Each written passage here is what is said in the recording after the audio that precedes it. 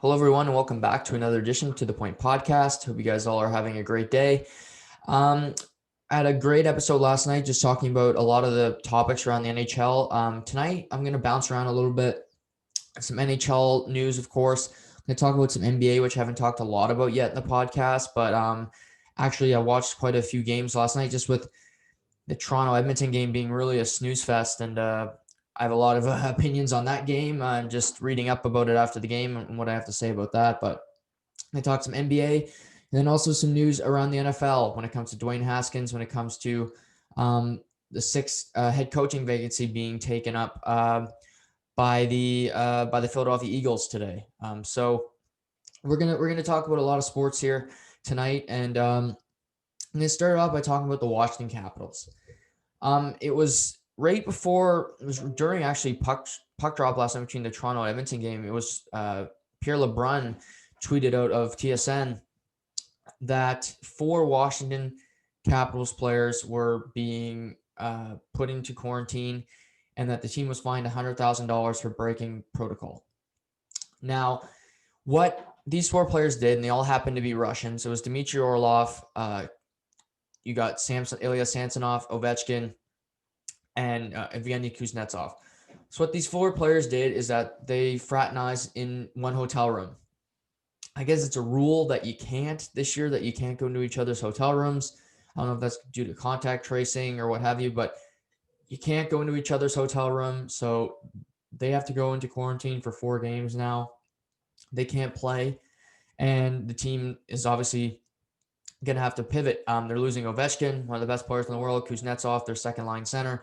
They're Ilya Samsonov, their starting goaltender. So they had to recall Craig Anderson from their taxi squad today. And then Orlov is as a top 4 defenseman. So it's a big loss for 4 games in a 56-game season. And I have 2 real main points here. I think the NHL is sending a message with a $100,000 fine, these players having to sit out, but I think it's complete bullshit, to be honest with you. Just think of this. These players, their teammates, they're traveling together on planes. They're sitting next to each other in the locker room. They're sitting next to each other on the bench, yet they can't go into each other's hotel room. It makes no sense. It's the NHL. It's the NHL covering their ass, but what are you covering? You decide to play 4 players getting together in a hotel room. What's the difference between that and sitting next to each other on the bench, which Ovechkin and Kuznetsov do because they're on the same line? What's the difference? There's none. If you have teams that are going to sit there 2 to 3 days between games, which Washington is, they played Tuesday against Pittsburgh. They don't play till Friday against Buffalo. You really expect nothing? They can't go play a game of cards? I just think that's a ridiculous rule. And I think they're trying to vilify these 4 players. And one big point I think the NHL's making here is they're vilifying Alex Ovechkin. I think they're barking up the wrong tree. I think the NHL community has tried to do this for years. It's this Crosby-Ovechkin debate where Crosby's this golden boy. He's Canada's sweetheart. He's Sidney Crosby. And Sidney Crosby's a great player. And so is Alex Ovechkin. But they've tried to make him this guy who's this selfish player who only wants to go to the World Championships. He never had any desire at winning a Stanley Cup. Well, guess what? He won one. And now they're still trying to bury him. And it bothers me. And I'll be upfront. Alex Ovechkin is one of my favorite hockey players that's ever laced them up. Sidney Crosby isn't. So that's just my upfront. I have respect for Sidney Crosby. He's one of the greatest players to ever play the game. He's a better player than Alex Ovechkin. But I just think this is ridiculous. You can sit next to each other on a bench, but you can't go to each other's hotel room and play cards or whatever the hell they're doing. Whether they're having vodka, it's an off day. The NHL is biting off more than they can chew right now. And they're screwing over a team that I have winning the East, and they're screwing over a team that it doesn't make a whole lot of sense to me. If you're next to each other on the bench, what's the difference if they go to each other's hotel room? You're just going to sit in your hotel room by yourself. You go to practice, go back there, and you sit in there for 18 hours. We don't have to do that. as people, we're in red right now. We can still go to stores. We're still going to work. They can't do that. I mean, practice, if you think that practice is an hour, 2 hours a day, we're at work for 8, some people longer, 10, 12-hour days. Then you go home to sleep.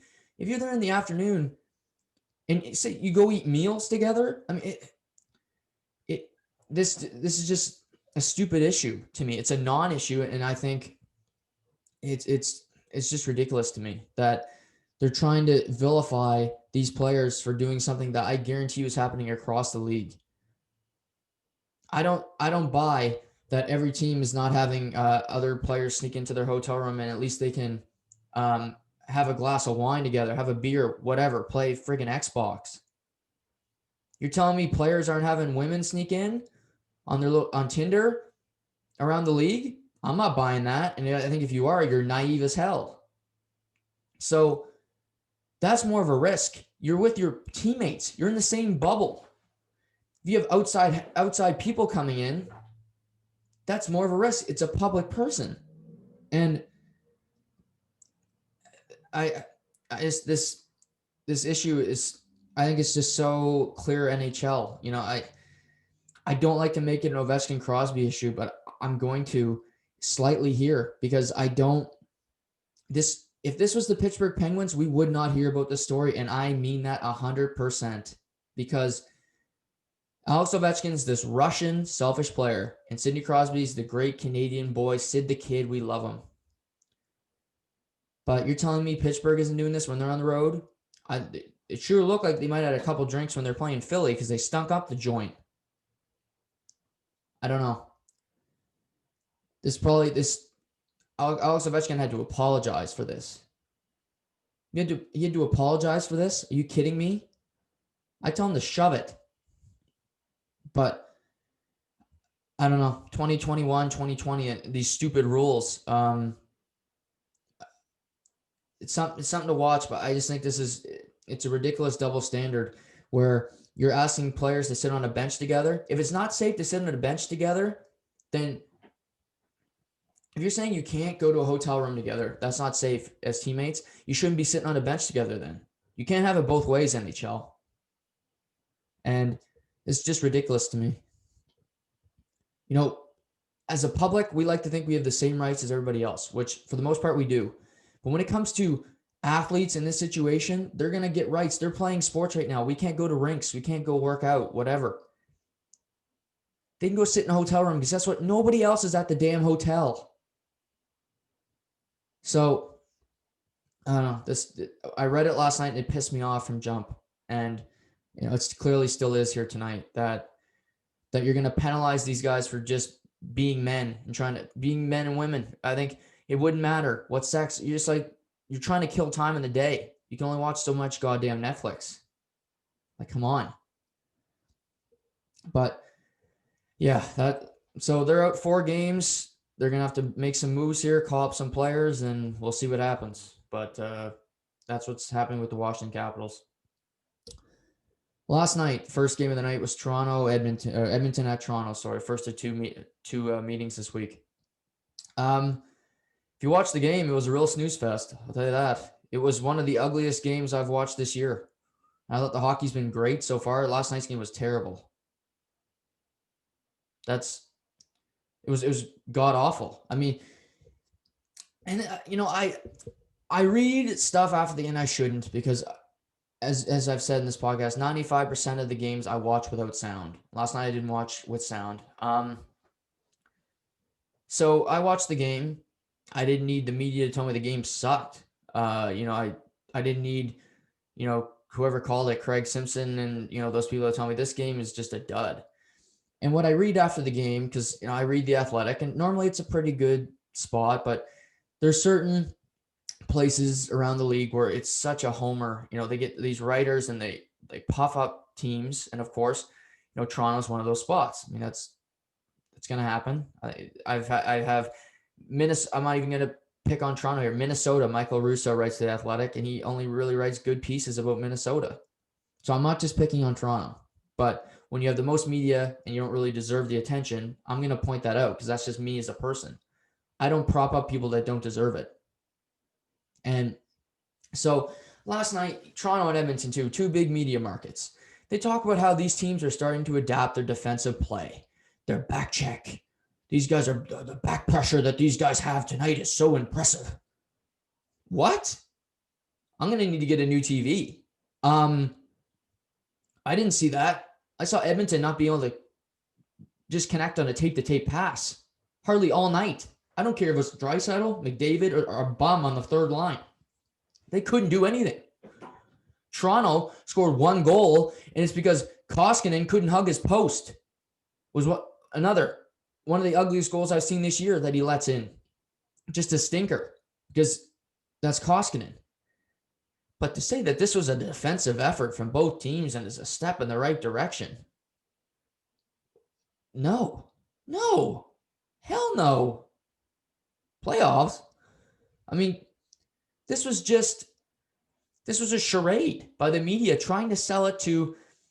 Last night, Edmonton won the game, but both teams were losers last night because they played god awful. And, it's so baffling to me that they can write that and it's wrong, and people eat it up because now they're saying all these media guys, well, Toronto's playing great defensively, Edmonton's playing great defensively. Dave Tippett's really got his team bought in tonight. I read that on Twitter during the game. I said, bought into what? Not completing a pass? Can't break out of your zone? Connor McDavid was worse than Austin Matthews last night, point blank. I think Matthews has been great to start this year. When it comes to starting a season, I know he scored 4 goals in one game, but to start a season, I don't think he's played better. And he's only scored 2 goals in 5 games. But I think he's played great so far this year. He's been involved in every game. I can't say that in the past. There are times in the past where Matthews would go 5 games and I wouldn't know he would have dressed because he's just doing his little drive-bys. That's not him anymore. He's changed his game. And credit to him. Connor, on the other hand, has really looked pedestrian to start this year. He had the one great game against Vancouver, second night of the season, a week ago today. Since then, he's been average at best. So is Draisaitl. They got Smith on IR. Their defensive core sucks. They got Clefbaum out for the year. But to say last night's game was the defensive stalwart between two really terrible defensive teams is just idiotic. And the fact that that's written and that's accepted by a large majority, and I'm not just saying this to pick on, it is because people buy into it and they'll say, well, we lost a 3-1 game, or Edmonton, we won a 3-1 game. We buckered down, we hunkered down defensively. We played hard. Okay. Well, hunker down defensively when you can actually complete a pass out of your zone. I don't know. But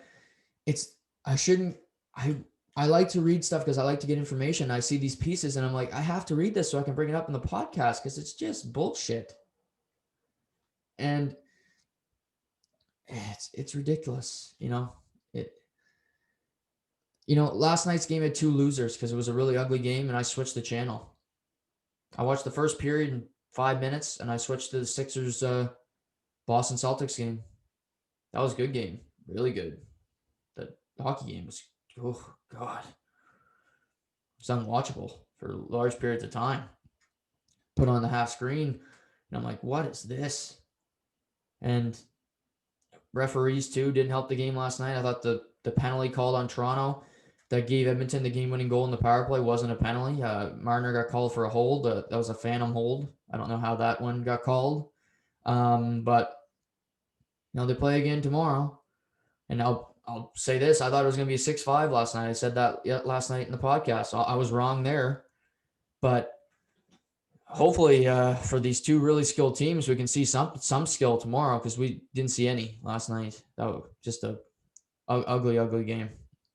One of the nightcaps last night was Montreal at Vancouver. Now, this game was not a stinker. It was a crazy back and forth. Vancouver had 1-goal lead 4 different times in this game, and Montreal battled back to tie it up all 4 times. And really, Montreal lost the game, but they're 2-0-2 to start the year. They play their 5th game tonight against Vancouver again. And they lost a game 6-5. In previous years, I mean, Carey Price lets in 6 goals. That's not going to happen every night. I like the way they're built. A huge additions. Josh Anderson, I think he's you guys know I love him. Last night was Tyler Toffoli. He's had a great start to the year. He had 2 assists on opening night against Toronto. Hat trick last night in his return to Vancouver. He's playing with Nick Suzuki. They got a lot of chemistry there. Alexander Romanov's taking great steps. Brendan Gallagher was chipping in last night. They don't have a superstar. That's one thing that worries me, but they have a lineup of a bunch of workers that aren't afraid to get their nose dirty and play the way you need to win. And that's something that a lot of teams just aren't willing to do. And Montreal is. They know they're not built with skill, with speed. They're going to win games because they outwork you. They get to those dirty areas, and they have one of the best goaltenders in the world. And, Vancouver responded well last night too. Obviously giving up a 4-goal lead twice, but guess what? They won the game in the gimmick. Went to a gimmick, they won. So credit to them. Braden Holtby didn't have his greatest start, but defensively, Vancouver, I think they have mixed returns so far this year. Mixed results, it's Quinn Hughes without Chris Tanev. That worries me long term. Travis Hamonic to start this year has been an absolute disaster for Vancouver. I mean, 2 goals last night were directly his fault. Quinn Hughes would take the man on the boards. Hamonic came over from his side and tried to help for whatever, leaving a man wide open in front. And guess what? It led to goals both times. And I don't love that. I think their goaltending can stabilize. I like Holtby. I don't think he's good as he was when he won the Cup in Washington. But their biggest thing is their power play. It's spark last night. They got 3 power play goals. Getting JT Miller back in the lineup is paramount for them. He provides them a lot of offense. He's a great passer. Him and Pettersson have a lot of chemistry in the power play. So I like Vancouver, what they're doing a little bit here. I still think they're gonna hurt in the long run because they don't have the Tanevs, even the Troy Stetcher is better than Hamonic right now. He's just a mess. I mean, they got to hope that he can turn it around and get Jordy Ben back in the lineup. But, a really entertaining game last night. Like I said, they play again tonight at 10:30, so that'll be another fun game to watch. But so far, the Canadian division's been interesting. I don't think a team has really separated themselves from the pack, which I don't suspect it will happen all year until the very end, really. Toronto's had a okay start. Montreal's had a okay to pretty good start. Edmonton's had a less than great start. Vancouver, start. Calgary's looked very good. Calgary's been great. So maybe I'd say Calgary's had the best start, losing to Winnipeg in overtime, then beating Vancouver twice. I think they've been good. You got Winnipeg, who I think have been okay to start. They've only played 3 games. And then, Ottawa, they play hard. That's, they shouldn't do great things in this division, but they're going to give you a tough out every night. So, it's kind of how I see the division. I'm doing a show with my friend Casey Ward tomorrow here on the podcast, and we're going to do our power rankings for this Canadian division so far. And I'm going to save my list for then, but no team is really stacked above the rest right now. Also last night, we saw the Vegas Golden Knights improve to 4-0. They beat Arizona for the second time this week. Vegas looks good. They made it to the conference final last year. They probably should have beat Dallas. They were a little beat up at the end. I think the goal scoring dried up against Vancouver, and that carried over to the series against Dallas. And Anton Hudobin really, he was the wall in front of them, and they couldn't get by him. But, the biggest thing for Vegas this year is they're getting a lot of help from the back end. Start the year, we've seen Zach Whitecloud score a goal. Shea Theodore potted 2 last night. Alex Pietrangelo scored his first goal as a Golden Knight last night. So they win 5-2. They get 3 goals from the point. You're going to win a lot of nights when you're getting that kind of production. And they have some scores. I mentioned Theodore Martinez is a guy who can contribute offensively. I like, obviously Pietrangelo is a great defenseman. He can add offense too. So Vegas, they're a team that's right up against the cap, but they got a well-built team. They got one of the better goalie tandems in the NHL with Robin Lehner and Marc-Andre Fleury. But yeah, I for Arizona, I think they've had an okay start. They've had a tough schedule. They've had to play some tough teams here.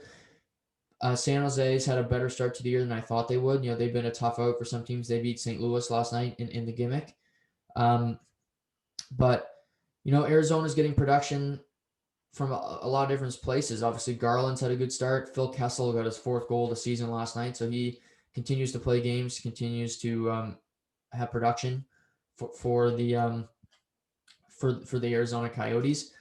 But if they can get some, Darcy Kemper's had a shaky start, but a lot of goaltenders have. Once they get that stable goaltending, I still think in this division, Arizona will be able to work their way into a playoff spot. Just with, you can get a step from Barrett Hayton, get some more production from Clayton Keller, guys like that in the lineup. I think we'll see what they really have. But I like both these teams, but I really like Vegas. Obviously, I mean, it's really impossible not to like them. Them in Colorado, when they play each other for the first time, that'll be a must-watch series for me, just to see how they bounce off each other. They almost met in the conference final last year if Dallas hadn't beat Colorado. So these two teams are both really good to start the year, and it'll be interesting to see what they both bring to the table as the season progresses. Tomorrow night, we're over a week into this season. COVID has started to come up. We've seen Carolina have an outbreak this week. They've had to cancel games. The first team with the original outbreak was the Dallas Stars. They had 17 players test positive before the season started, about a week before the puck drop.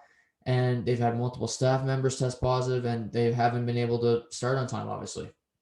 Well, tomorrow night, they'll make their season debut against the Nashville Predators. But that's a big deal for a lot of reasons. Every team will finally get to drop the puck, but they get to move on from this COVID issue. They get to play hockey finally. They're going to play 56 games, hopefully, like everybody else. They plan on getting that into the schedule where, they're going to have to play a lot of games. But Dallas, as of right now, will play 56 games. But I'm sure it's a good feeling for them. You've been waiting, a lot of them in quarantine, a lot of just starting to practice. So they get on the ice tomorrow. They play Nashville twice this weekend. But what might bode well for Dallas, and this might sound counterintuitive, is they've had 17 players test positive. And that's terrible on the surface. Yes, I agree. But in the long run, this season, it might be for the best because they've had 17 players test positive. If we go to playoff time, we're still waiting for vaccines like we're going to be here in Canada. And, certain teams are really worried that they have to travel and this and that. Well, Dallas has had 17 players test positive. And if you've already had COVID, if you ask me, and a player that hasn't test positive, you shouldn't have to quarantine. You have the antibodies. So I don't know if that's how the NHL is going to work. I mean, I'm not a doctor, but that just makes sense in my brain that Dallas will be able to play games, be able to mesh, get some chemistry and play together because, they don't have as big of a threat as other teams when it comes to COVID. Players like Austin Matthews don't have to worry as much. Connor McDavid, these guys have had COVID-19 already. And, it might have been terrible at the time, but looking ahead, they've already had it. They don't have to worry about getting it. They don't have to, that's not as big of an issue. They've gone through that. They've gone through the quarantine. They've gone through all that shit. So now they can play hockey. And I think the Dallas Stars team has to look at it that way. Look at it like, well, we got through this. We all had COVID. This sucked. It was a month of just sitting at home and getting tested and all this, yada, yada, yada. Well, we're through it. Let's play hockey. Let's get it going here. We got, obviously, we're coming off going to the Stanley Cup final. We're in a pretty weak division. Let's go make the playoffs and see if we can catch lightning in a bottle again. And I think Dallas will likely have that philosophy coming here. I hope they should anyway, because you have an opportunity here to see what you can do. And you know, Ben Bishop's out, but Hudobin, you're getting an opportunity to be a starting goaltender again. You know, Jamie Benn, can you have a bounce back campaign? You weren't that great in the playoffs. Can you add something offensively? Miro Heiskanen, you're Norris Trophy candidate. What are you going to bring this year? John Klingberg, you're still an elite defenseman. What do you have? So I think Dallas has to look at this optimistically. Yeah, we're starting late. We're going to have to play a lot of games in a short period of time, but we can play freely and not have to worry as much about COVID as an issue compared to teams that have had, no cases, and you're just kind of waiting for it to drop on you. So this is kind of my outlook for Dallas. I think it could be a blessing in disguise for them when they start up tomorrow night and they start playing. That's really all I had for the NHL. Some games to watch tonight. I think the main one for me is Boston at Philadelphia. Philadelphia's had a really hot start to the season, winning 3 of their first 4. They were dominated Monday night by Buffalo. They rebounded Tuesday with a shutout victory. Boston, like I said, they can't score goals. I want to see what they can bring tonight to the table. Can they produce offensively? Can they bring anything from the likes of Bergeron, Krejci, DeBrusk?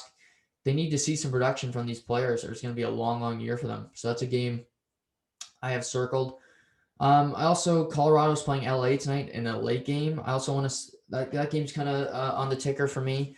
I want to see I haven't watched a full Colorado game yet, and they're so fun to watch. I want to see how McKinnon's skating, how he's playing with Rantanen, and also Bowen Byram is going to make his NHL debut tonight for the Colorado Avalanche. So fresh off the World Juniors, being on their taxi squad for a while, he's going to play tonight. So just to see what he's like in an NHL uniform, that's obviously going to be a fun game and a fun one to track tonight as the Colorado's in LA.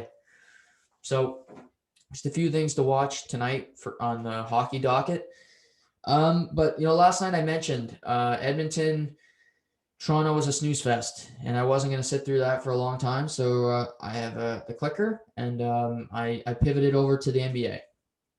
And the NBA's really had a slow start to the year. I wouldn't say there was any huge storylines. They're having closer to a regular season than the NHL. They're playing 72 of 82. Obviously, NHL playing 56 of normal 82 games. But, a team I was high on before the season, I thought, was the Philadelphia 76ers. And, they improved to 10-4 last night. And I think they have a better record if they didn't have COVID issues. They had to play 2 games with 7 guys on their roster. I mean, that was really criminal to the team, where they were basically going to lose going in. They had nobody on their bench. And, they played Boston last night in a great game. But, for me, so far this year, the MVP in the NBA after about a month is a little close to a month now. Let's say 21st. So it was a month today, actually. So the MVP so far in the NBA for me is Joel Embiid, the center for the Philadelphia 76ers.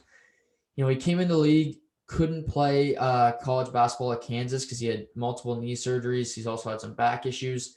And he's at points in his career, he's looked fantastic. He's also been really out of shape. He's really been an inconsistent player. To start this year, he's been dominant, just flat out. He's had 3 games with over 40 points and 10 rebounds this year.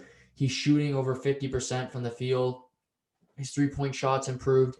And last night, he was just the best player on the floor. Nobody could guard him. They had Daniel Tice for Boston. That was really not fair for Tice to have to guard him solo the whole game.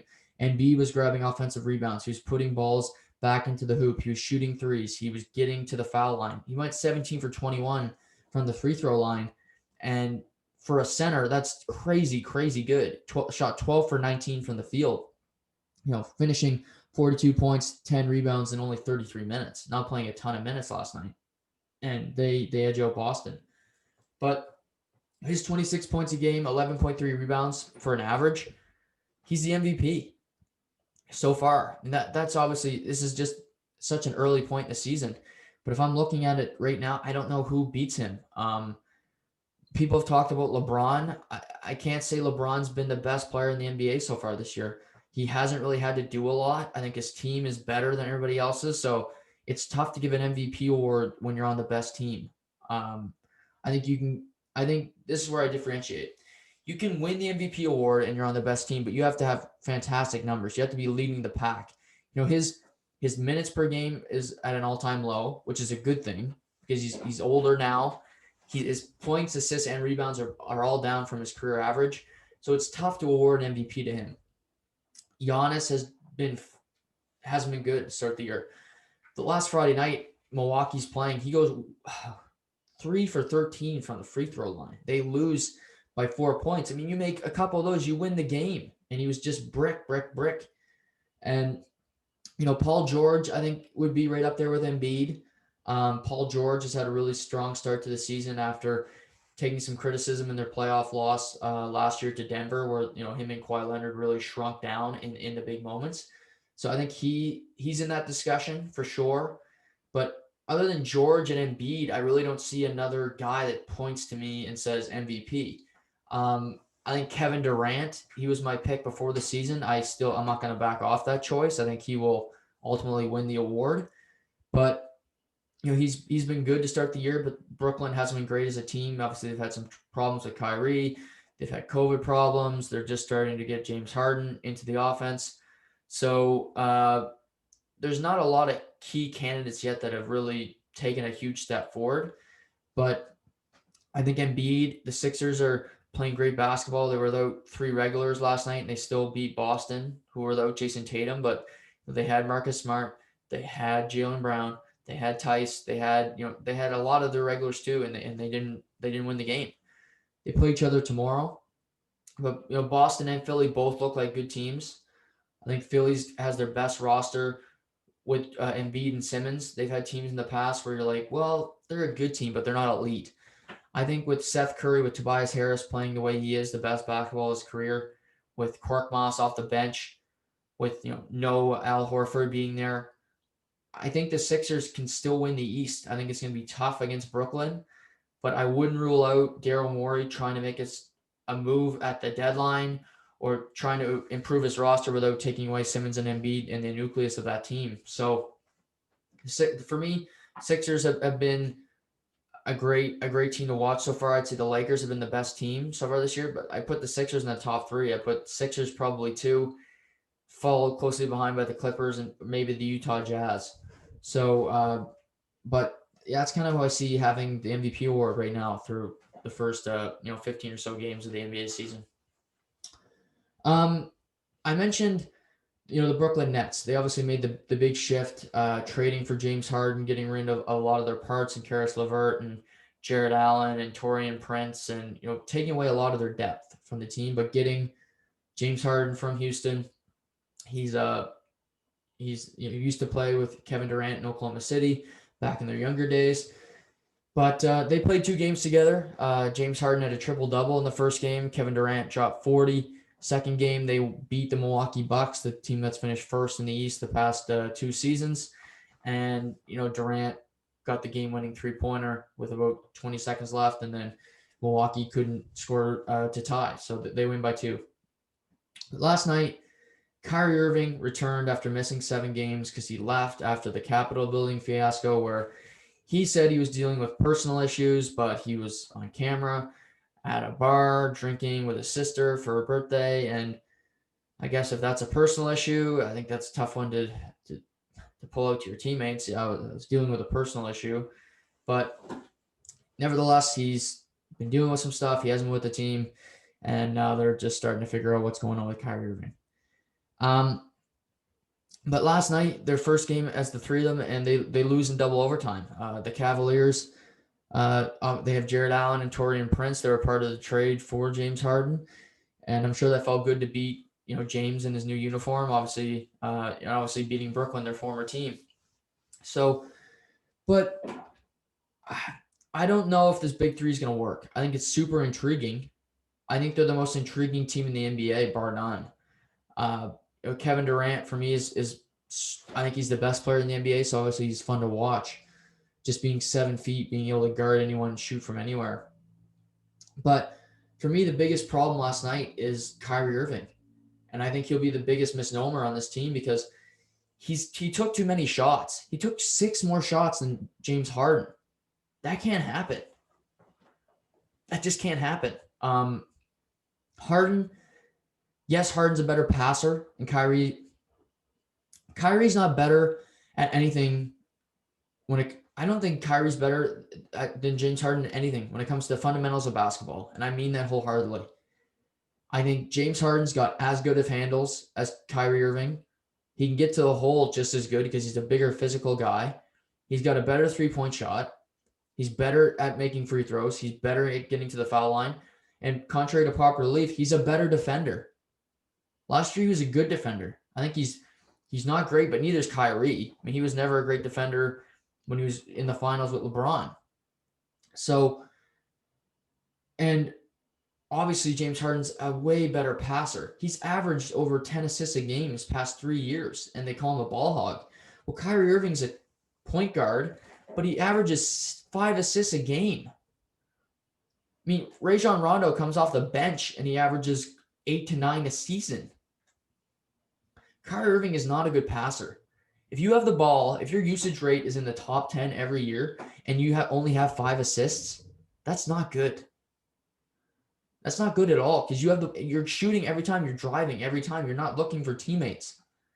And James Harden's going to do that. Last night he gave Kyrie the ball a ton and he gave him open looks and it just didn't work. But for Harden going forward, he needs to shoot the ball more.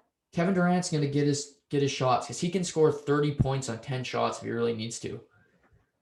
But for me, Kyrie Irving, he's going to have to learn to play off the ball because James Harden is the best on this team to be the point guard because he can find players. He's a willing passer. And Kyrie Irving is he's better than being just there. But for this team, he's going to be that third string. He's going to be the third wheel. And the biggest thing will be if he can accept it. Will he be able to accept that role? Because if he doesn't, it will be a nightmare season for the Brooklyn Nets. Because like I said, the Sixers are there. The Celtics are still a very competent team. Milwaukee is not great, but they're not terrible either. They're still a good team. They'll have time to gel and mesh together. Other than that, I don't think they have any real big threats. The Raptors are not a threat this year. Indiana's not a threat after trading Oladipo. So the rest of the teams in the East are just meh. But those teams are not going to be pushovers for Brooklyn. I predicted Brooklyn will get to the finals, but the Sixers are standing in their way, and they're playing really good basketball. And I just think it'll be interesting to see what Brooklyn can do here. And it could be a really short experiment for Durant and Irving in Brooklyn if it doesn't go well. Because I don't think Kevin Durant is going to sit there and maybe he'll say, you know what, I love you, Kyrie, but I can't play with you. You're a pain in the ass. And me and James play better together, and I want to win. Because Kevin Durant took a lot of heat for going to Golden State after leaving Oklahoma City, and people didn't really give him credit for his 2 championships there, even though he was Finals MVP both times. Well, he's got a super team here in Brooklyn, so is he going to get full credit for winning these titles? I don't know. I think it's really tough. I think you got to now because, LeBron, there's his lovers and his haters, but LeBron to win a title had to create a super team. That's just the way of the NBA now. You really don't see it often where teams just beat, a worse team beats a better team. The one team I can really think of lately is the 2011 Dallas Mavericks. They beat the Heat. On paper, they never should have beaten the Heat, but Dirk Nowitzki was more clutch than LeBron James in 2011. He took him to school. And maybe you could say the 2014 Spurs, maybe when they beat the Heat and they beat them by a record finals margin, but the Spurs were still very good with Tim Duncan and Tony Parker, Manu Ginobili, Patty Mills and the boys.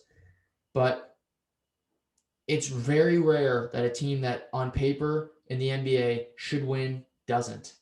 The Lakers probably should have won the title last year. Guess what? They won it. The Heat maybe should have got a game off the Lakers. That's what they got. The NHL, and these sports, the NFL, there's much more room for parity, for something to change, for a break. In the NBA, if you have the most talent on a team, you're likely going to win the title. And these teams that are upstarts, they may get to the finals like the Heat did, but they're not going to win. And for Brooklyn, if they can find it, I think they can give the Lakers a run for their money. But we'll see here. A lot of basketball still have to play. Obviously, these players are going to have a ton of time to gel together, gel well together and see what they can do. But they have the talent. So when it comes to the NBA record books and history, it points to them having success and potentially winning titles together. But we'll see what happens. The NFL today, some news. The Philadelphia Eagles hired a new head coach. I'll get to that in a minute. But first, really interesting. I mentioned this podcast a bunch of times about Dwayne Haskins. He was let go by the Washington football team. They really had enough with him. He was playing terrible football. He was inconsistent. He went 15th overall first round year and a half ago. He just hasn't turned out, and they let him go before week 17. And he got a second chance today. He signed a 1-year deal with the Pittsburgh Steelers. Obviously, Pittsburgh's coming off a tough playoff loss where they stink it up against Cleveland. Who knows what's going to happen with them long term? And it's kind of up in the air for Pittsburgh.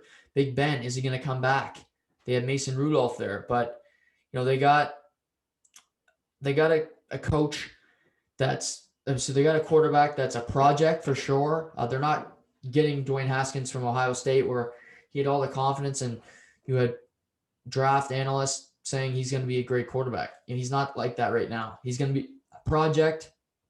And I don't know if this points to Big Ben going away because I still think he wants to come back.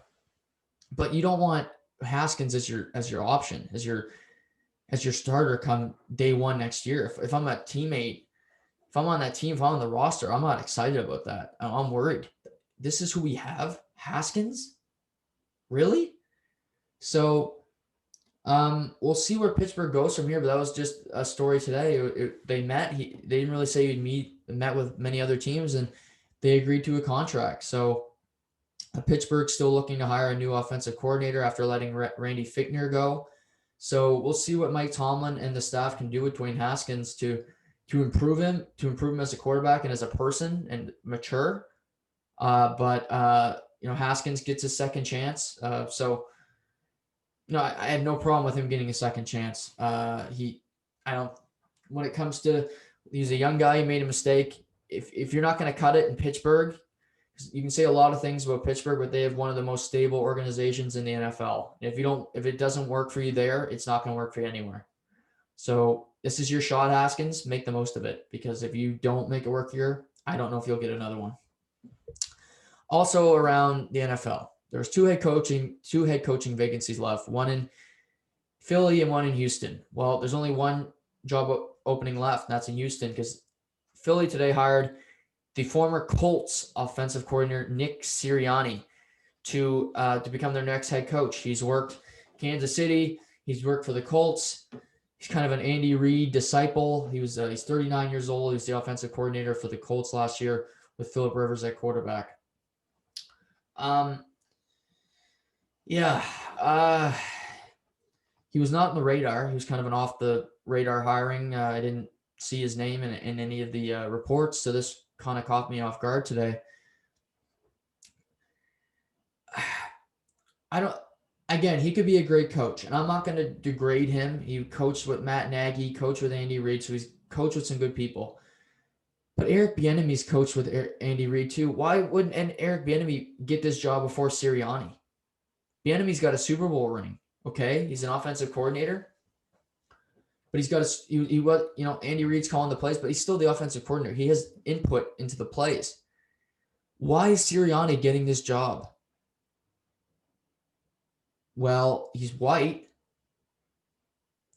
That's one thought from me. I mentioned it this week, and I went off about it, and it just infuriates me. And, seeing him get hired, I wish him all the best in Philadelphia with Carson Wentz, whatever the hell you want to do. But there's one head coaching job left, and I don't want Eric Bieniemy to take that job because they didn't want to interview him in the first place. Taking that job is like a dog getting kicked in the head by its owner, then coming inside and jumping on its lap. Don't, dog. Don't, Eric Bieniemy. Do not go back to this abusive owner who's been a prick to you from jump. And it's just ridiculous to me. And like I said, is this not Nick Sirianni's fault? It's the owners. It's the old boys club. It's these white owners around the NFL who are getting away with going through a whole head coaching hiring spree here, 7 jobs, and not one minority candidate gets a job in a league that's dominated by minorities. And I just don't get it. I just don't get it. And I don't know. I don't know what the NFL has to do. You shouldn't have to incentivize owners to hire black coaches. That's what's happening.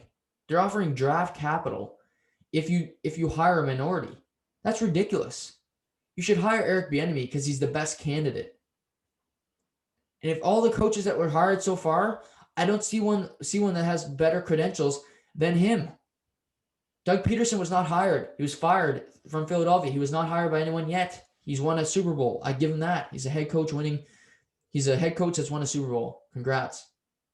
But Bieniemy, he's a Super Bowl winner. His teammates, the team loves him. Andy Reid can't speak highly enough of him. This race issue is not going to go away in the NFL, and it's not going to go away from this podcast because it bothers me that we don't see more of it. And it's just bullshit. And it's a corrupt system where old white men don't want to let black guys into their, or women too, for that instance, into their circle. And, I'm going to keep bringing it up, and I hope they do on other shows because it needs to be said just how ridiculous this is.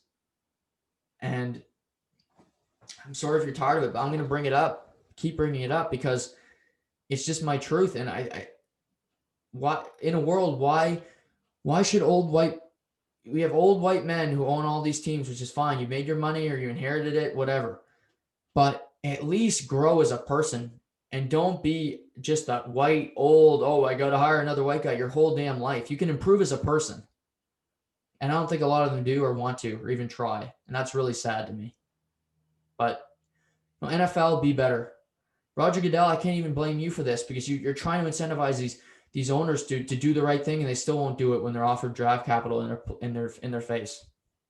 Just, it's ridiculous. Maybe Houston will hire one, but like I said, I don't want Eric Bieniemy to go there because they didn't want to interview him in the first place. And they have an owner who's known for being racist. I'm just going to say it. So Eric Bieniemy, stay in Kansas City if that's where you have to for another year. And hopefully another year you can get a job. Hopefully. So that's really the news around sports. I know I'm ending on that fiery note, but we got some good hockey tonight. I mentioned the Philly-Boston game. We got Winnipeg-Ottawa tonight. We got Milwaukee playing the Lakers in the NBA. And we're heading into a weekend. I'm going to be doing a podcast tomorrow about the NHL season so far with my good buddy Casey Ward. Saturday morning, I'm doing a podcast with Adam Beers where we're going to preview the NFC and AFC championship games, who we see going to the Super Bowl, and some other big stories around the NFL. And obviously, you want to get involved, comment, do what you can, subscribe. I'm going to keep bringing the content to you guys week after week. We have a lot of sports going here. The Australian Open is going to start next month. I plan on talking about that. A big UFC pay-per-view this weekend with Conor McGregor will step back into the octagon. We'll see if what he's really made of here after all is talking and bickering. So a lot more coming. I appreciate the support. I'm going to keep bringing the fire because these things fire me up. So let's buckle up. It's going to be a lot of fun down the stretch here, but have a great Thursday night, everybody, and we'll talk soon.